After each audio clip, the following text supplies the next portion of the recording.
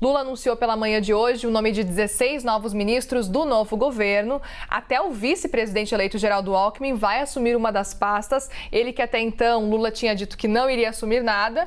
Mudou de ideia, agora sim a gente tem a confirmação, a indicação de Geraldo Alckmin para uma pasta. Mas alguns nomes importantes e esperados que apoiaram Lula durante as eleições na chamada Frente Ampla aí, ficaram de fora deste último anúncio. É o caso, por exemplo, de Simone Tebet. E esse é o tema do painel CNN que começa agora. Conversamos com a Graziela Testa, cientista política da FGV de Brasília, o Rafael Cortes, cientista político e professor do Instituto Brasileiro de Desenvolvimento e Pesquisa, e o Renato Meirelles, presidente do Instituto Locomotiva. Boa tarde a todos, obrigada pela participação. Vou começar com o Renato, quero saber a sua avaliação. Lula deixou então o nome de Simone Tebet para um próximo anúncio, talvez para a semana que vem. Foi uma escolha estratégica, foi uma escolha correta, inclusive, colocar um parlamentar, alguém, na verdade, do PT, para cuidar do desenvolvimento social e tirar Simone Tebet dessa área que era o que ela desejava?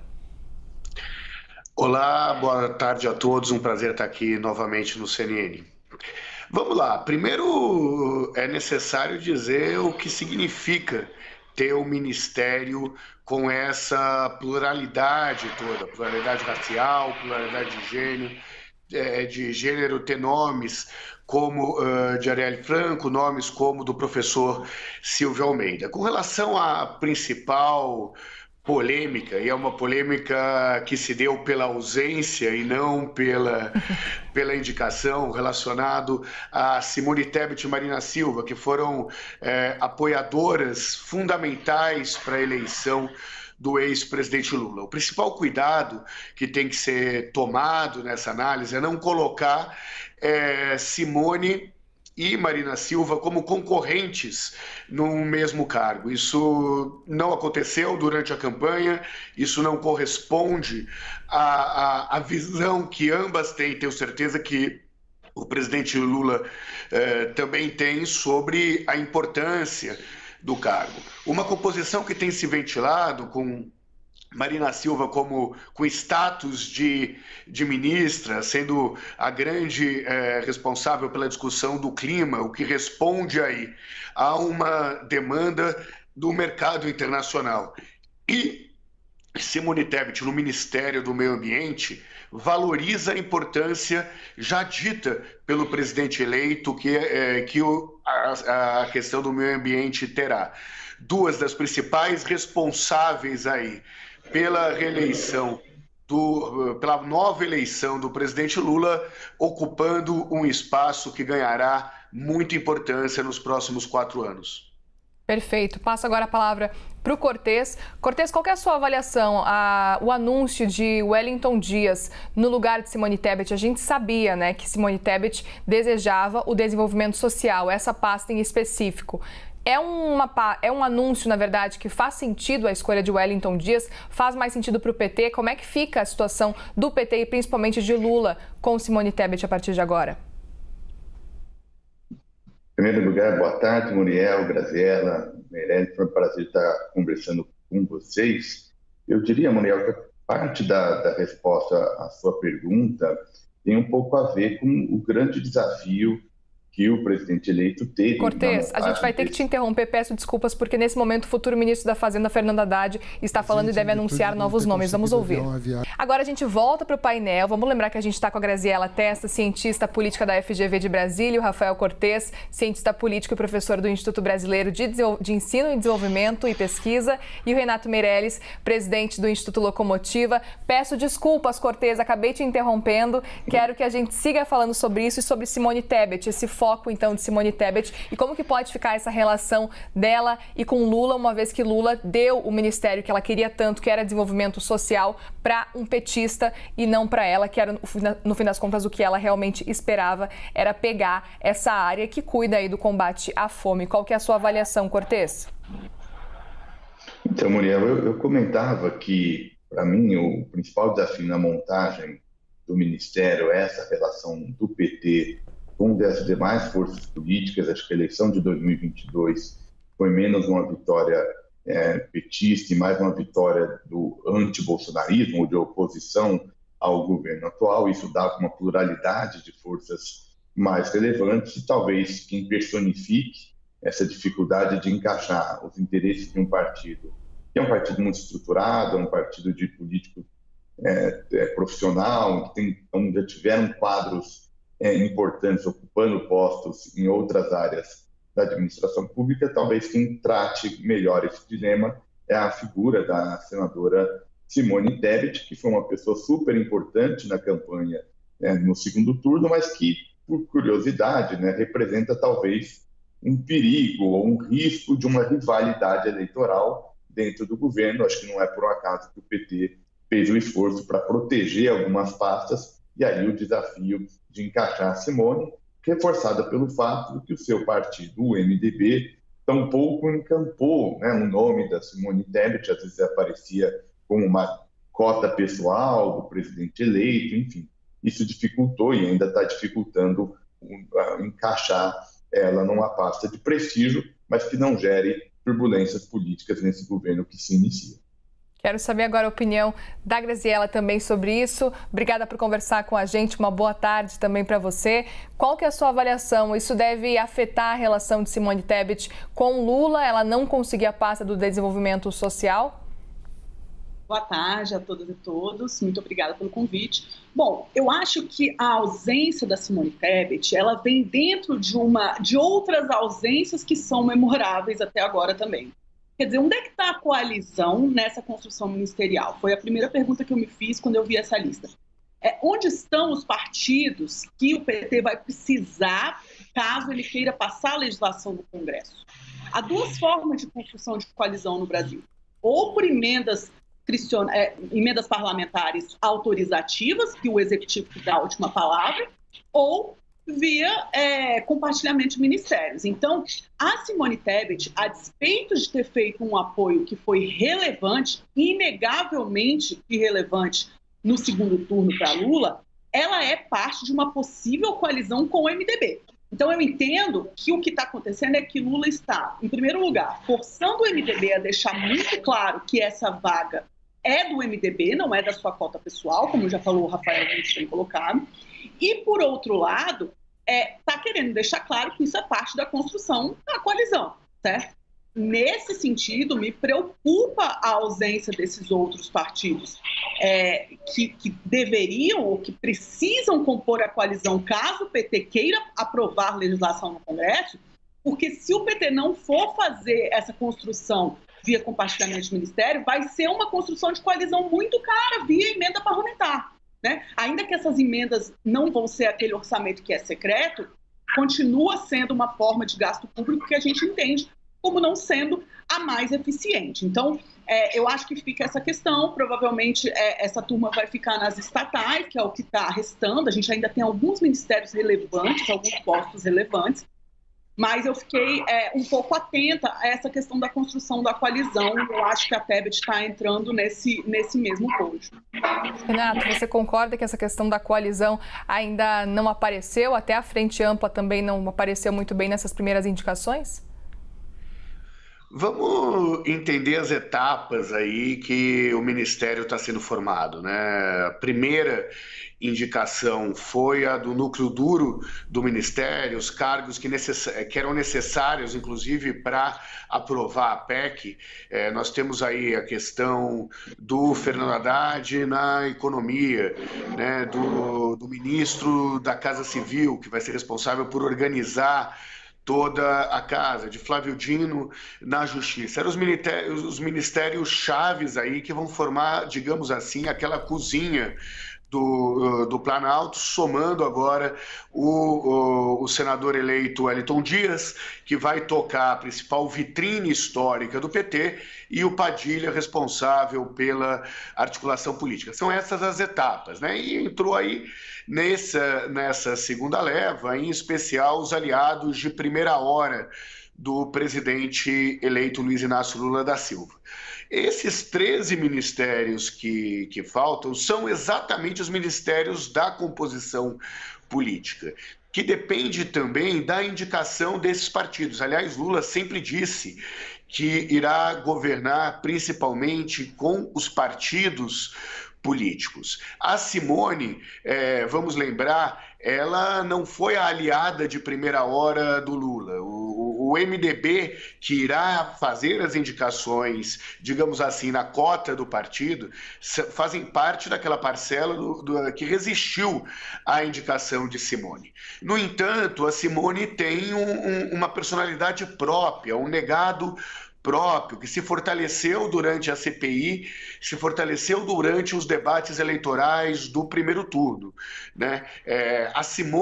A indicação da Simone é também uma dívida pessoal do presidente Luiz Inácio Lula da Silva, até porque ela não representa uma coalizão parlamentar, não é ela que tem os votos dos deputados e senadores do MDB. Esses votos serão pela indicação do Senado e pela indicação da Câmara que o MDB dará. Agora, fica muito difícil o Lula falar que terá um governo além do PT sem a indicação de Simone Tebet para compor o ministério.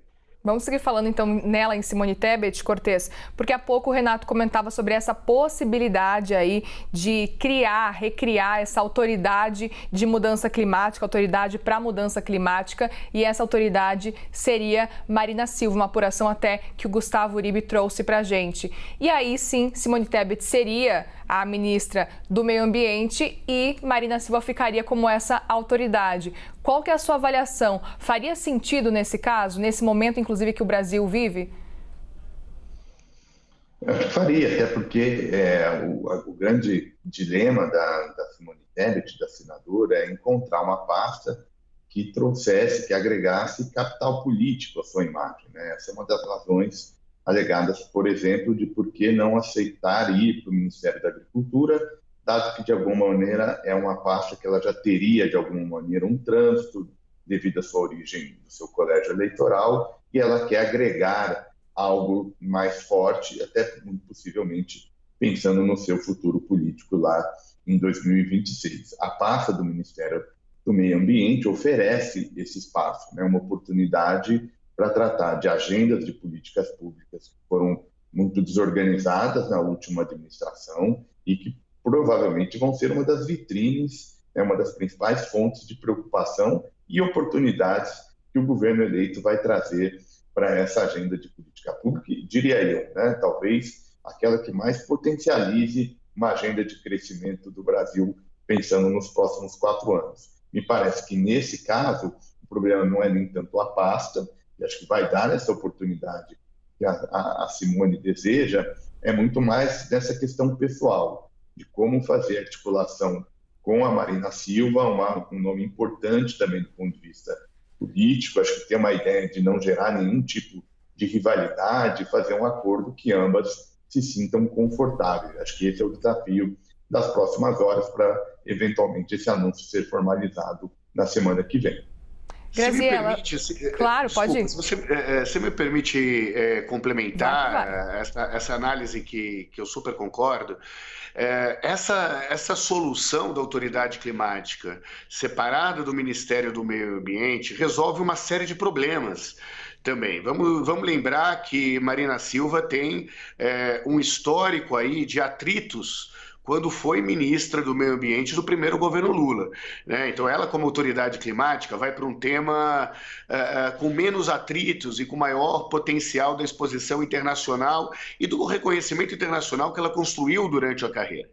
Por outro lado, Simone Tebet, se fosse ministra da Agricultura, por mais que tenha esse histórico do agro, ela enfrentaria uma resistência muito grande, ela teria uma dificuldade de unir o setor, já que foi um dos setores mais bolsonaristas aí nos últimos 4 anos, e a Simone se notabilizou, seja na CPI, seja durante a campanha eleitoral, por ser uma das mais ferrenhas críticas ao atual governo. Ela, no meio ambiente, tem, portanto, uma agenda mais positiva, formando esse princípio de fortalecer aí também o seu legado, a sua imagem pessoal. Me parece que esse modelo de solução política, além de fortalecer a pauta ambiental, cria o melhor cenário de governabilidade para o presidente Lula. Graziela, quero passar a bola para você, para que você participe mesmo. Qual que é a sua ideia? Você acha que faz sentido, então, essa questão de autoridade climática para Marina Silva e aí Simone Tebet como ministra do Meio Ambiente ou não? Ela deveria ir para a agricultura, desenvolvimento social? Qual que é a sua avaliação aí? Olha, me parece que o problema maior de colocar a Simone Tebet no meio ambiente é que isso consolida a ideia de cota pessoal do Lula para ela, porque não é uma pasta que é desejada tradicionalmente por partidos como o MDB. Né? Então não resolve a questão da governabilidade. Provavelmente esse espaço, que seria um espaço que o MDB ia pleitear, segue precisando ser pleiteado em outros ministérios.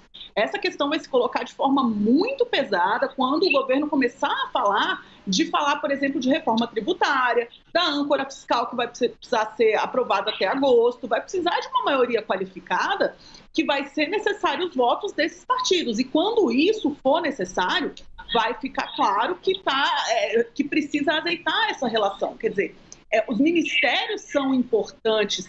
É importante distribuir seus apoiadores nos ministérios, mas o ministério também não é um prêmio por ter apoiado o presidente. É preciso que haja um grupo que vem em volta daquela representação que está como ministro ou como ministra. Certo?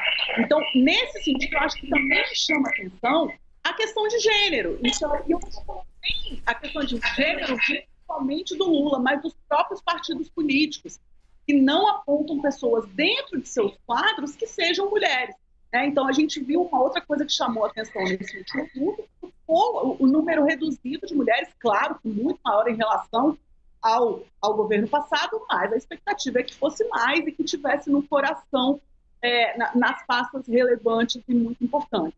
Né? Então, eu acho que esse é um outro aspecto que tem que ser levado em conta, e eu acho que o PT corre o risco de cometer um erro parecido com o que ele cometeu em outras administrações, de ter uma dificuldade de alocar a coalizão e os apoiadores de primeira ordem, como foi falado aqui, numa mesma construção de governo, numa mesma coalizão, para conseguir os votos que são necessários para conseguir passar agendas relevantes e de mudanças estruturais que vão ser claramente necessárias durante esses próximos 4 anos. Vão ser desafiadores. Eu tenho a sensação que o PT ficou um pouco... saiu com uma impressão um pouco exagerada da sua capacidade de compor coalizão por conta da tramitação da PEC que aconteceu agora, que foi uma tramitação, nunca é demais relembrar, num Congresso que não é o mesmo Congresso do ano que vem. Né? O Congresso do ano que vem é que vai ser o desafio a ser lidado. Renato, o fato de Tebet não ter sido indicada para o desenvolvimento social e o fato dela não ter experiência pode ter pesado para essa decisão também? Ou não necessariamente? Tem mais a ver com a relação que o PT quer criar com essa pasta e com o que ele pode fazer também com essa pasta? Eu não tenho dúvida nenhuma que tem muito mais a ver com aquilo que será a principal vitrine do PT. Quem foi o escolhido foi o Wellington Dias, que poderia ter um ministério que quisesse, né? Podia ser líder do governo, poderia ser ministro da Casa Civil, ele era da total confiança do presidente Lula. Inclusive, a indicação do Wellington é uma indicação que não deixa dúvidas aí sobre a importância que esse ministério terá e o quanto que é óbvio que esse ministério seja ocupado pelo Partido dos Trabalhadores. Acho que de forma alguma tem a ver com a capacidade da atual senadora Simone Tebet, tem muito mais a ver com a estratégia política de um partido que durante a campanha eleitoral deixou claro que o combate à fome será a sua prioridade absoluta. Aliás, vale destacar que na apresentação dos ministros agora, o Wellington foi o que teve o maior tempo aí de apresentação. Foi o Wellington e foi Margarete, a próxima ministra da Cultura. Margarete falou que terá o desafio de reconstruir o Ministério da Cultura, deixando claro o caminho do próximo governo. Lula até falou, né, que ela vai trabalhar muito agora a partir do ano que vem. Agora, Cortez, quero saber se você concorda com o Renato com relação a essa escolha também do PT, essa escolha de Lula de ter preferido ir para um lado aí de Wellington Dias do que por Simone Tebet, mas também queria que você repercutisse a fala de Lula, porque ele falou o seguinte, depois de indicar alguns nomes, ele falou assim: quem tem expectativa não deixe de ter, porque tudo pode acontecer, ou seja, a partir da semana que vem, muita coisa pode acontecer e talvez nem o que a gente espera possa realmente acontecer e as coisas possam mudar. Qual que é a sua avaliação com relação a essa fala de Lula? O que a gente pode esperar já para a semana que vem, Cortes? Eu acho que é uma fala que antecipa, né, a repercussão provável, né, se eventualmente a Simone Tebet não estiver no ministério, né? Política às vezes é feita de simbolismo, né? Então a presença da Simone Tebet, ela muito provavelmente vai reforçar bastante esse ponto que a Graziella tocou anteriormente, aliás, com muita propriedade, né, de um governo de frente ampla, né? Então, a despeito da correlação partidária, a ausência eventual da Simone Tebet, ela vai dar essa percepção e muito provavelmente esse vai ser o destaque, por incrível que pareça, né, em meio a quase 40 pastas, uma figura ter um impacto muito relevante. Mas não é por um acaso, acho que a Graziella chamou a atenção para o problema da governabilidade. Eu queria aqui reforçar um ponto, né?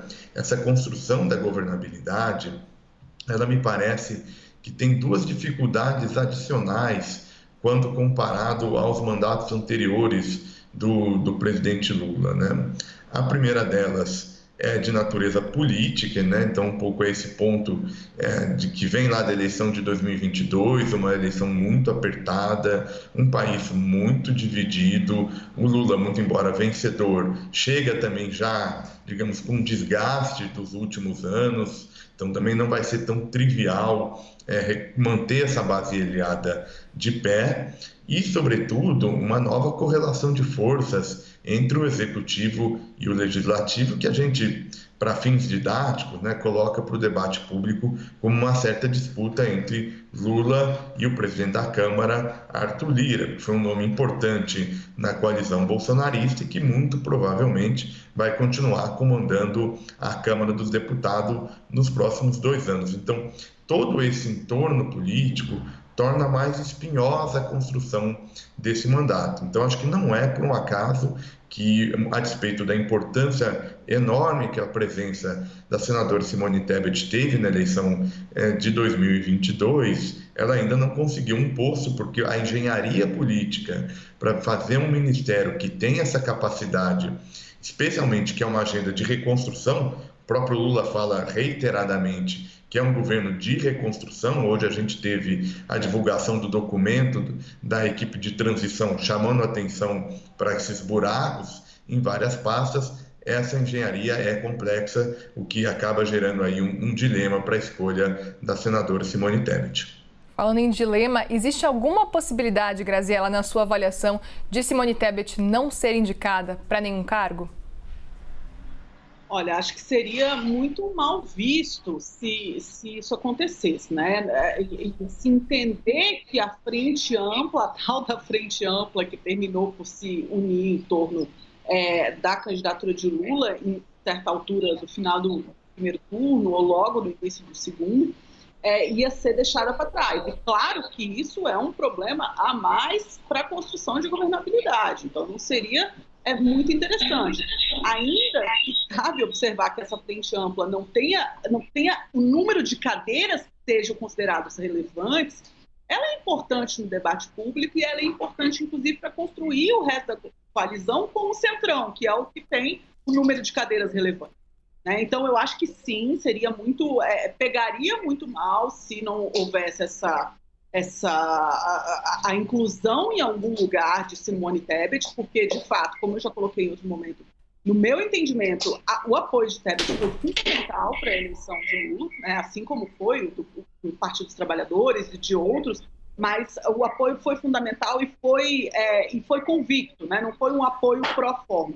Então, de fato, seria muito ruim se não houvesse essa alocação de alguma forma da Simone Tebet no governo, mas eu não acho que é isso que vai acontecer. Eu acho que realmente segue esse processo de se pressionar o que significa essa indicação de Simone Tebet. Se essa indicação de Simone Tebet é uma cota pessoal de Lula ou se é um papel dentro do MDB. E isso é parte da dificuldade que existe de Simone Tebet conseguir um espaço dentro do MDB, né? Me parece que o PSDB foi mais rápido em apoiá-la do que o próprio MDB quando da construção da sua candidatura. E essas idiosincrasias que são próprias do MDB há muito tempo já, elas estão se mostrando de forma mais clara agora, né? Talvez por isso o MDB não tenha tanta vocação majoritária, tenha sobretudo uma vocação de ocupação realmente de postos no legislativo, porque assim ele consegue acomodar suas várias alas internas. Então, unir essas alas internas, então aí, um desafio a mais que o presidente vai ter, né? Ele não tem só o desafio de construir com diversos partidos políticos, ele tem o desafio de construir com as alas internas desses partidos políticos, e por isso a minha preocupação de onde é que vai estar essa turma. Eu acho que precisa vir essas surpresas que você colocou para a gente conseguir entender como que vai ser construída essa coalizão para se aprovar essas reformas que são tão fundamentais e já tão atrasadas, né? A gente aprovou agora um orçamento com um monte de gasto que não tem receita correspondente. O que vai ser desafiador vai ser passar essa legislação para conseguir a receita, né? Aprovar gasto não costuma ser um problema no Congresso. Perfeito, esse foi um painel CNN, nós conversamos com a Graziela Testa, cientista política da FGV de Brasília, o Rafael Cortes, cientista político e professor do Instituto Brasileiro de Ensino, Desenvolvimento e Pesquisa, e o Renato Meirelles, presidente do Instituto Locomotiva. Obrigada aos três pela participação, uma ótima tarde e um Feliz Natal também.